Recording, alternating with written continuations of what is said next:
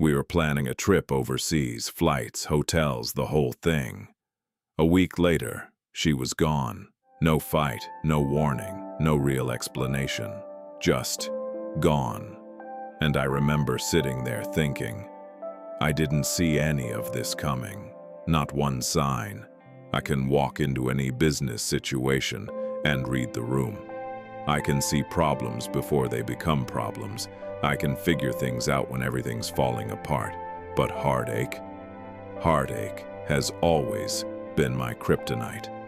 I met her about a month after moving to the Philippines. We decided to date and see where things go. 2 years later, I thought we were building something. We talked openly about everything. We had plans, real ones. The kind of plans people make when they think there's a future. And then one day she told me she had more important things to prioritize. Family, her life, things that pulled her in a direction I wasn't part of. I don't hold it against her. Life happens, people change, priorities shift. But I wasn't prepared. And when you're not prepared, when something hits you from a direction you never saw coming, it doesn't just break your heart, it breaks your clarity.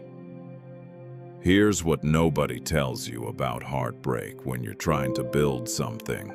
It doesn't stay in its lane, it bleeds into everything. The business decisions I second-guessed, the opportunities I didn't move on because I didn't have the mental energy to think clearly. The confidence that quietly disappeared while I was busy trying to keep it together on the outside. It hit immediately. Then it hit again, delayed when I thought I was over it. Then subtly, in ways I didn't recognize until months later.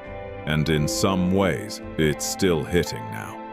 I am the person who can figure anything out, until I can't. And when the thing I can't figure out is a person, specifically, the person closest to me, everything else starts to wobble.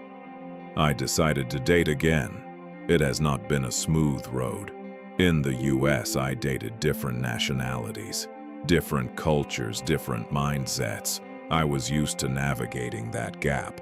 I knew how to meet people in the middle. Here it's different. I look Filipino, but I grew up in the Western world. I think differently, I process things differently, I make decisions differently. And some women here wouldn't say, women who've only ever dated local Filipino men, don't know what to do with that, not because there's anything wrong with them, just because I'm not what they're used to. So I kept adjusting, keep adjusting, and somewhere in all that adjusting, I started to see a pattern. Not in them, but in me. I kept gravitating toward a certain type. Attractive, successful, driven, women who matched the image of what I thought I wanted. And every time, something in the dynamic made everything harder. Not worse people, just wrong fit, wrong energy at the wrong time in the wrong context.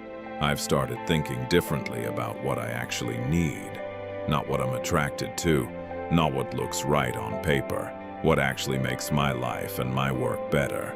Someone stable, someone consistent, someone who isn't managing a complicated life that pulls her in 10 directions, because I'm already managing enough.